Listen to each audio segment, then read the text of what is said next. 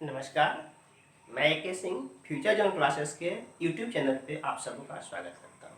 तो चलिए फिजिक्स के 12th फिजिक्स के इसमें हम लोग आज कम्बिनेशन ऑफ सेल पढ़ने वाले हैं। कम्बिनेशन ऑफ सेल का कम्बिनेशन, जैसे आप प्रीवियस क्लास में कम्बिनेशन ऑफ कैपेसिटर पढ़े हो, कम्बिनेशन ऑफ रेसिस्टर पढ़े हो, तो कम्बिनेशन ऑफ कैपेसिटर और रेसिस्टर, वो कैपेसिटर और रेसिस्टर दोनों कैसे डिवाइस थे? करेंट कंज्यूमिंग डिवाइस, मतलब करेंट को कंज्यूम कर रहा था। यहाँ पर सेल क्या है? करेंट प्रोड्यूसिंग डिवाइस है। तो हम अगर सेल का कम्बिनेशन करते हैं तो कम्बिनेशन ऑफ सेल में कैसे कैसे कम्बिनेशन होते हैं और उससे क्या हमें बेनिफिट होती है या फिर कैसे क्या करते हैं, उसी चीज़ों के बारे में हम लोग को पूरा डिस्कस करना है। तो कम्बिनेशन ऑफ सेल भी 3 तरीके का होता है, सीरीज, पैरेलल और मैच। सीरीज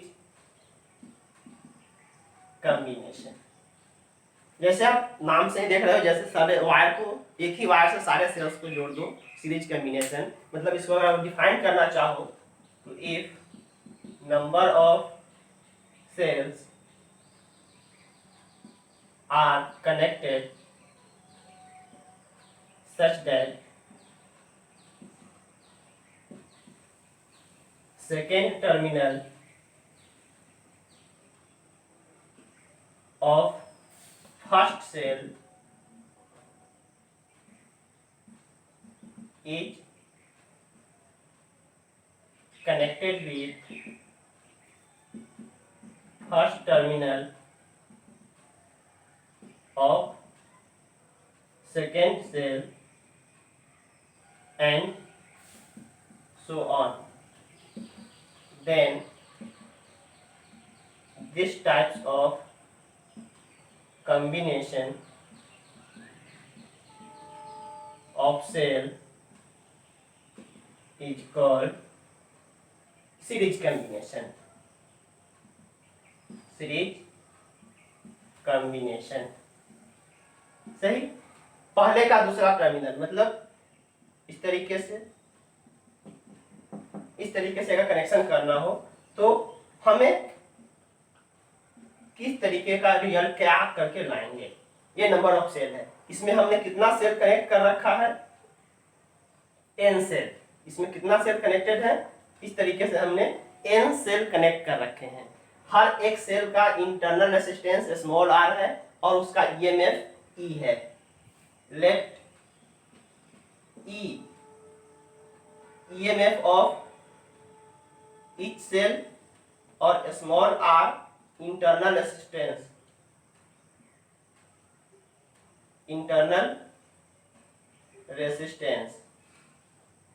कैपिटल R जिसको आप बोल रहे हो आउटसाइड रेसिस्टेंस या लोड रेसिस्टेंस या एक्सटर्नल रेसिस्टेंस, लोड रेसिस्टेंस, सही। तो जरा आप इस फिगर को गौर से देखो। अगर n सेल जिसमें सबका ईएमएफ E हो और इंटरनल रेसिस्टेंस R हो,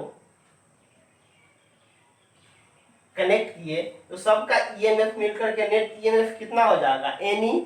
तो एक इसके बदले में सिंगल सेल अगर हमने कर दिया तो इसका ईएमएफ कितना हो जाएगा? Ne, n times of single cell का ईएमएफ, क्योंकि सीरीज बाय सीरीज क्या होता है? ईएमएफ बढ़ते हैं, तो n टाइम्स ऑफ E। और सब में R रेसिस्टर भी लगे हुए हैं, सारे रेसिस्टर भी आपस में सीरीज में हैं, तो रेसिस्टेंस भी कितने का हो जाएगा? n इंटू R का। और बाहर में अपने पास एक लोड रेसिस्टेंस R भरा पड़ा है, सही। तो इसमें टोटल रेसिस्टेंस कितना हो जाएगा? NR plus R। इसलिए R टोटल कितना निकल जाएगा? NR प्लस R टोटल निकल गया NR प्लस R एंड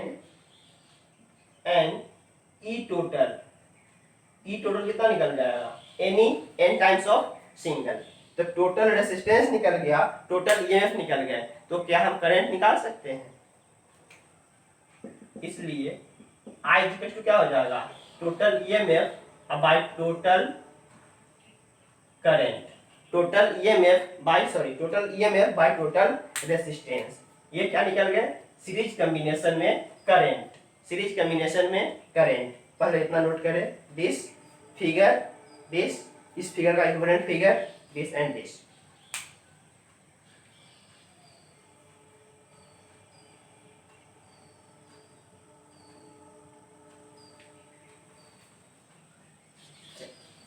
अब जरा गौर करें, इसमें हमने अब केस करा कुछ। केस क्या किया? If external resistance is much much greater then internal resistance. Case 1, if external resistance is much much greater then total internal resistance. इस केस में क्या हम R प्लस NR को लगभग R लिख सकते हैं। देन करंट क्या बन जाएगा? देन इस इक्वेशन को आप बना दो second. Then second becomes I is equals to NE by R plus NR की जगह पर स्मॉल r। एक चीज देखो, E by R single resistance में कितना होते हैं? सिंगल बैटरी सिंगल रेसिस्टेंस, ये क्या है? Current produce by single. तो यहाँ I का वैल्यू क्या हो जाएगा? N, और इनटू ये क्या है? Current produce by single cell. E by R क्या हो जाएंगे? Current single battery single resistance, तो current produce by single cell, N times of I of single cell. मतलब एक सेल जितना करंट दे रहा था उसका n टाइम्स करंट मिलेगा अपने को। मतलब ये कंडीशन बेनिफिशियल है कि not beneficial? It is useful, बिल्कुल यूजफुल है। हम बैटरी ढेर सारा क्यों जोड़े हैं? करंट बढ़ाने के लिए। बिल्कुल करंट मिल रहा है, करंट अपने को बढ़ के मिल रहा है।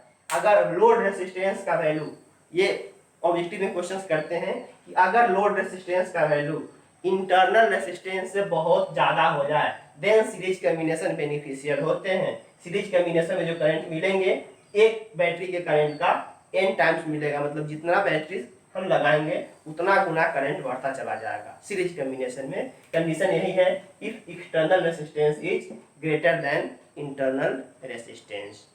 सही। इसी में आप सेकेंड केस करो, केस 2, इफ NR मतलब internal resistance greater than external resistance. जो बैटरी में इंटरनल रेसिस्टेंस है वो बाहर के लोड रेसिस्टेंस से ज्यादा हो जा रहा है। तो इस केस में क्या NR प्लस R को लगभग हम क्या लिखेंगे? NR ही लिखेंगे। इसलिए सेकेंड बिकम्स क्या हो जाएगा? I is equals to NE by NR, N से N cancel, E by R। आप गौर से देखो, E by R क्या है? Current produce by single cell. हम नंबर ऑफ बैटरी जोड़ रहे हैं लेकिन कोई बेनिफिट नहीं हो रहा है। हमें करंट जितना सिंगल सेल से मिल रहा था उतना ही नंबर ऑफ सेल कनेक्ट करने के बाद भी मिल रहा है, तो कोई बेनिफिट नहीं हुआ। यहाँ I निकल गया, E by R मतलब करंट थ्रू सिंगल सेल। तो ये बेनिफिट हुए क्या? नहीं। तो इस कंडीशन पे बेनिफिशियल नहीं होता है। इसी कारण बोलते हैं कि बैटरी में इंटरनल रेसिस्टेंस कभी भी एक्सटर्नल से ज्यादा नहीं होना चाहिए, अदरवाइज कोई बेनिफिट हो नहीं पाएगा। Not useful, not useful. तो ये रहे बैटरी के सीरीज कॉम्बिनेशन में। सीरीज कॉम्बिनेशन में आप जनरल करंट ये बना लिए, दो अलग अलग केस डील करके हम लोग यहाँ पहुंच गए। नोट करें।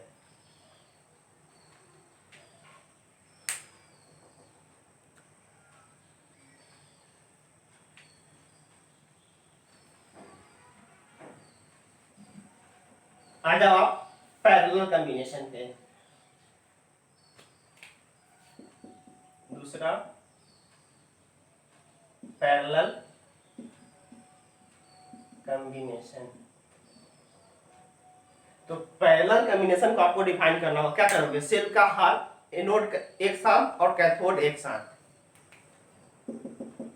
If number of cells are connected such that cathode of all cells are connected together and anode are together.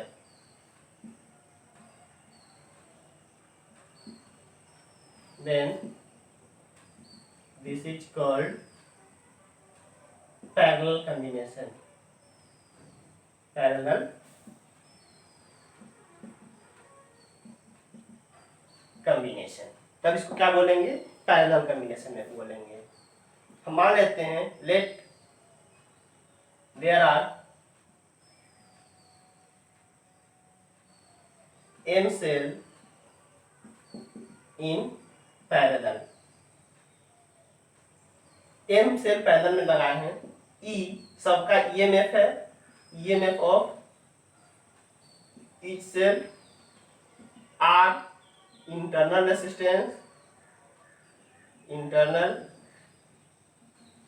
Resistance, और कैपिटल R लोड रेसिस्टेंस। सही, नोट करें तो पहले इतना।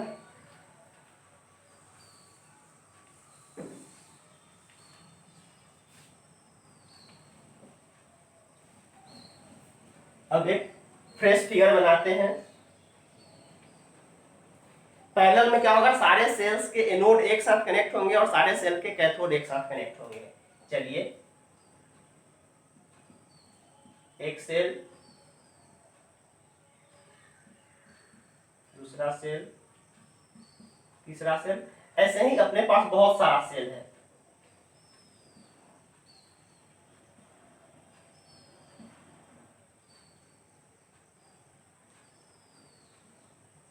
इस तरीके से सारे बैटरी को हमने कनेक्ट कर रखा। इसमें कितना सेल है, ऐसे कितना सेल है, m सेल हम जोड़ रखे हैं। दिखाने के लिए तो आपको 4 ही दिख रहा है, बट कैसे कनेक्टेड किए हुए हैं, m सेल कनेक्ट कर रखे हैं। सबका EMF E है, इंटरनल रेसिस्टेंस R है, EMF E है, R है, EMF E है, इंटरनल रेसिस्टेंस R है।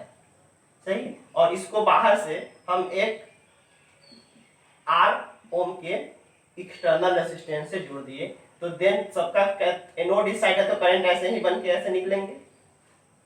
तो इन सब के बदले अगर आप एक सिंगल बैटरी लगाने की कोशिश करोगे तो जानते हो कि पैरेलल कॉम्बिनेशन में पोटेंशियल सेम होता है, पैरेलल कॉम्बिनेशन में पोटेंशियल बढ़ते नहीं है। तो क्या ई आप कितना भी जोड़ दो पैरेलल में, सबका EMF कितना रहेगा, यही रहेगा। EMF तो नहीं बदल जाएंगे क्योंकि पैरेलल कॉम्बिनेशन में EMF चेंज नहीं होता है। लेकिन बैटरी में रेसिस्टेंस भी थे और रेसिस्टेंस को आपने पैरेलली कनेक्ट कर रखा है। पैरेलल कनेक्शन करने पर रेसिस्टेंस कितना हो जाता है, 8/22 उतना टाइम्स। कितना रेसिस्टर आप लगा रखे हो, M, तो इसका इंटरनल रेसिस्टेंस कितना हो जाएगा, R/M, और बाहर में एक आपने लोड रेसिस्टेंस लगा रखा है R। ध्यान रहे पैरेलल कॉम्बिनेशन में सेल का EMF चेंज नहीं होता है। तो टोटल EMF अभी भी उतना ही रहेगा जो कि पहले था। टोटल रेसिस्टेंस ये कितना हो जाएगा, लोड रेसिस्टेंस R है और प्लस इंटरनल रेसिस्टेंस R/M है, मींस MR प्लस R/M, इतने का आ गया टोटल रेसिस्टेंस। इसलिए अगर आपको करंट निकालना पड़े तो क्या लिखोगे, total EMF by total current, MR by R plus M, third M चल जाएगा, ME by MR plus R। इस तरीके से आपको क्या निकल गए, सर्किट में टोटल करंट। आपको फॉर्मूले याद नहीं करने, फंडा लगाने हैं कि पैरेलल कॉम्बिनेशन में रेसिस्टेंस R/, इतना टाइम्स हो जाएंगे और EMF बदलेंगे नहीं, बस इतना ही सोचना है। EMF सेम रहेंगे, रेसिस्टेंस उतना टाइम्स घट गया, बाद बाकी लोड रेसिस्टेंस लगा करके इसको सिंगल सेल समझ लो और देन जैसे कनेक्शन करते हो वैसे आप कनेक्शन कर लो। अब फिर आप इसमें केस करो। केस फर्स्ट, इफ MR का वैल्यू,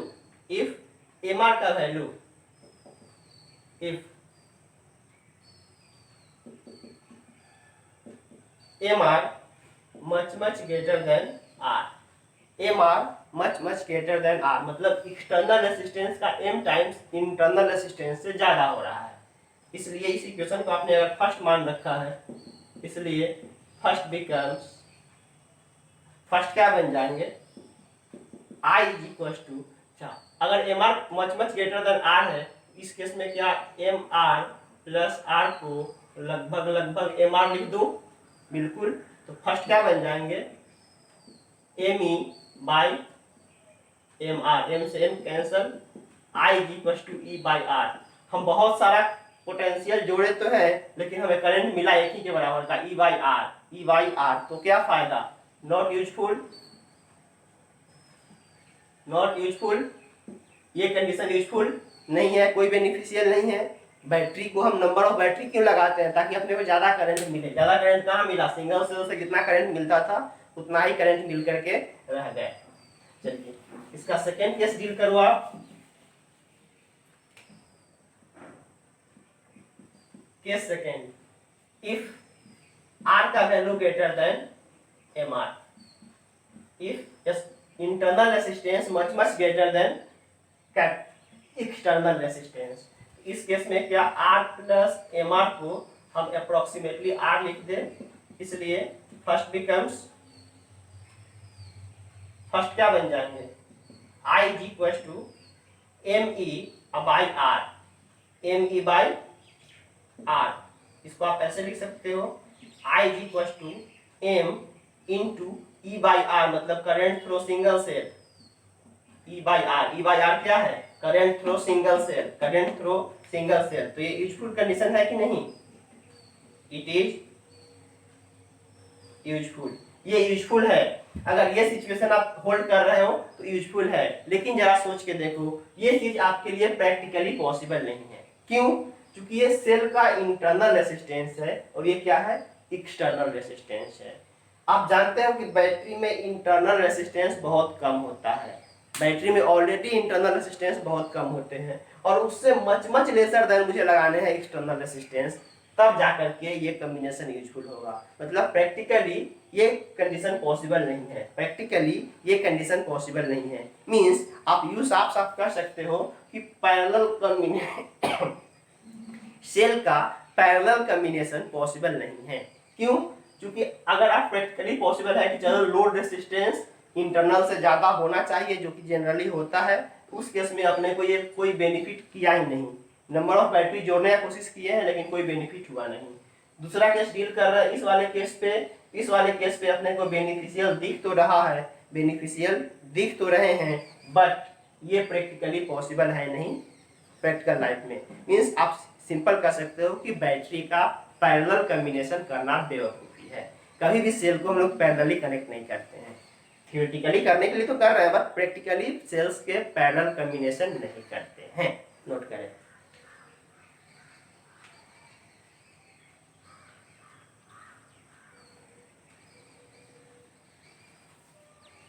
चलिए अब जरा आ जाते हैं मिक्स्ड कॉम्बिनेशन में।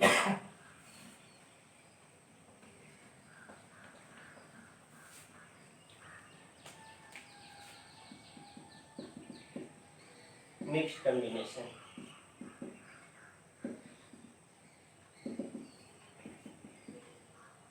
अब मिक्स्ड कॉम्बिनेशन में क्या है, कुछ सेल सीरीज में कुछ सेल पैरेलल में।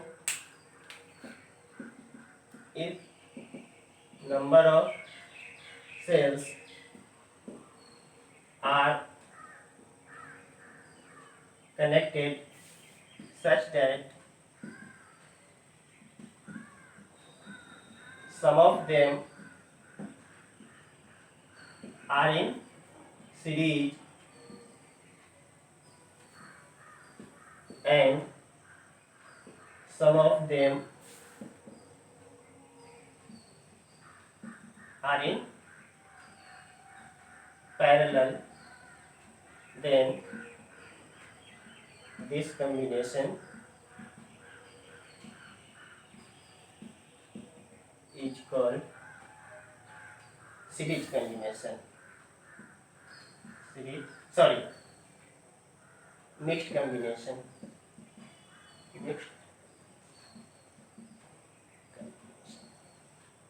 सही। अब कुछ सेल्स सीरीज में होंगे और कुछ सेल्स पैरेलल में होंगे। मान लो हर एक लाइन में हमने n सेल जोड़ रखा है। कितना सेल जोड़ रखा है, हर एक लाइन में n सेल जोड़ रखे हैं और ऐसे ऐसे हमने m लाइन बना रखा है। सही, ऐसे ऐसे हमने कितना लाइन बना रखा है, m लाइन बना रखा है जोड़ करके रखने के लिए। ऐसे कितना लाइन है, m लाइन्स। हर एक सिंगल लाइन में n सेल कनेक्ट किए हैं और ऐसे ऐसे अपने पास m लाइन्स है, और इसको लेकर के हम बाहर से किसी r ओम के एक्सटर्नल रेसिस्टेंस से जोड़ रखे हैं। तो बाहर में तो एक्सटर्नल रेसिस्टेंस है, हमें इन सारे सेल के बदले में हर एक लाइन में कितने सेल लगे हुए हैं, n सेल। हर एक लाइन में कितने सेल लगे हुए हैं, n सेल, और ऐसे ऐसे अपने कितना सेल लगाया, m सेल। तो अगर आपने इसके बदले एक सिंगल सेल बनाने का कोशिश किया, अगर आपने इसके बदले एक सिंगल सेल बनाने का कोशिश किया उसी लोड रेसिस्टेंस R पर, तो इस सिंगल सेल में क्या होंगे, अगर हर एक लाइन में n सेल जोड़े हो तो सीरीज कॉम्बिनेशन हुआ। सीरीज कॉम्बिनेशन में क्या होते हैं, सेल के ईएमएफ बढ़ते हैं, तो हर एक का ईएमएफ कितना होगा, इसके बीच n इंटू ई सबके बीच n इंटू ई का पोटेंशियल आएगा। तो नेट ईएमएफ और पैरेलल में पोटेंशियल बढ़ते नहीं है, तो नेट पोटेंशियल आपके पास कितना मिलेगा, NE, नेट पोटेंशियल मिलेंगे NE। हर एक लाइन में रेसिस्टेंस कितना मिल जाएगा, n times of small r। Series combination कर रहे हो, n times of small r, और वैसे वैसे तो सीरीज के लिए हर एक लाइन में क्या मिलेगा, NR। लेकिन ऐसे ऐसे NR आप कितने को पैरेलली लगाए हो, m टाइम्स, तो उतना टाइम्स घट भी तो जाएगा। तो क्या इतने का नेट ईएमएफ, नेट इंटरनल मिलेगा ना, NR सीरीज के कारण, और m लाइन में जोड़े हो पैरेलली, तो उतना टाइम्स घट जाएगा। तो नेट ईएमएफ के बाद NE मिला, नेट ईएमएफ, और ये क्या निकल जाएगा, NR by M, net internal resistance. Net internal resistance कितना, NR by M, NR by M। तो यहाँ पे टोटल अगर करंट निकालते हो, टोटल करंट, तो टोटल करंट क्या हो जाएगा, net EMF by net resistance. तो नेट ईएमएफ कितना है, अपने पास स्पेस नहीं है, यहाँ लिख देते हैं। नेट करंट अगर निकालोगे तो नेट ईएमएफ कितना है, NE by net current, net resistance R plus NR by M। M ऊपर चले जाएंगे, क्या हो जाएगा, NE by MR plus NR divided by M।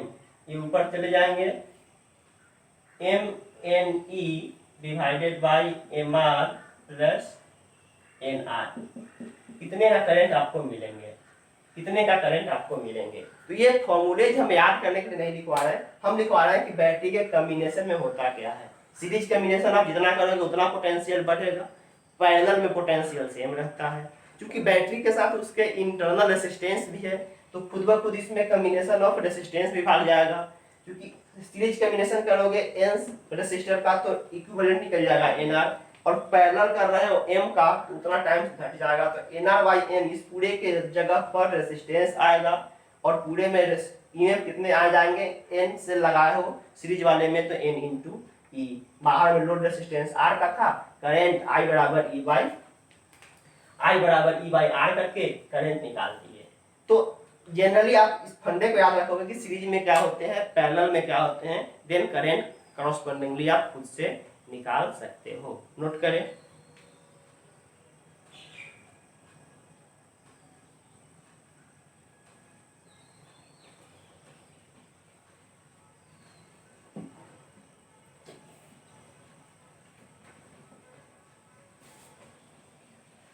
यहाँ पर एक और छोटा सा टॉपिक है, कर देते हैं।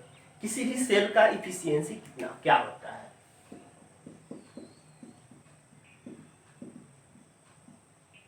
Efficiency of cell. Efficiency of cell, अच्छा इफिशियंसी ऑफ सेल आप करो, the ratio of available power to the total input power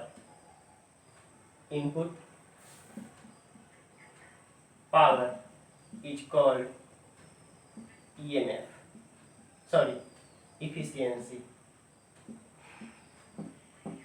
efficiency of cell. उस सेल का एफिशिएंसी, मतलब एफिशिएंसी होता है power output by power input. सही। तो आप पढ़े हो पावर क्या होता है, V इंटू आई, पावर V इंटू आई, नहीं तो आई स्क्वेयर आर, नहीं तो वी स्क्वायर बाई आर। ये तीन तरीके का पावर होता है, वी आई स्क्वेयर आर, नहीं तो वी स्क्वेयर बाई आर। तो आउटपुट पावर को क्या हम लिख सकते हैं, करंट इंटू रेसिस्टेंस। इफिशियंसी को आप लिख सकते हो V इंटू आई भी लिख सकते हो, अब बाई इनपुट पावर मतलब E इंटू आई, आई से आई गया, मतलब इफिशियंसी को आप लिख सकते हो V by E, available potential by EMF, अगर परसेंटेज में मांगे तो इंटू 100। सही। आप इन चीजों को ऐसे भी लिख सकते हो, P आउटपुट क्या हो जाएगा, I square R by I square, total कितना हो जाएगा internally R plus R into 100 percentage में। तो इफिशियंसी परसेंट को आप ऐसे भी लिख सकते हो R by R plus R into 100। Load resistance by load resistance plus internal resistance, ये इफिशियंसी होते हैं। Load resistance by load resistance plus internal resistance, नहीं तो available potential by EMF. E क्या है, अवेलेबल पोटेंशियल, ई क्या है, ईएमएफ। जैसे कोई आप सेल यहाँ पर बना लोगे, कोई एक सेल है जिसका ईएमएफ ई है, इंटरनल रेसिस्टेंस आर है, और इसके बाहरी हम आर रेसिस्टेंस से जोड़ रखे हैं, तो इस सेल का इफिशियंसी क्या होगा, available power by total power. तो अवेलेबल पावर को हम क्या लिखेंगे, वी आई, और total power E I, EMF into current, potential into current. तो वी बाई ई भी लिख सकते हैं, नहीं तो अवेलेबल मतलब load resistance divided by load resistance plus internal resistance. ये क्या होता है, इफिशियंसी। किसी भी सेल के इफिशियंसी को हम यूज करने के लिए दिस बाय दिस या फिर this by this format use कर सकते हैं। सही। तो आज के लिए बस इतना ही। कल हम लोग आएंगे तो पढ़ेंगे सेल में पावर कितना होता है और मैक्सिमम पावर लेने के लिए क्या कंडीशन होता है, मैक्सिमम पावर थ्योरम के नाम से इस चीज़ों को जानते हैं। ओके, आज के लिए बस इतना ही, फिर मिलते हैं नए क्लास में किसी नए टॉपिक के साथ। बाय।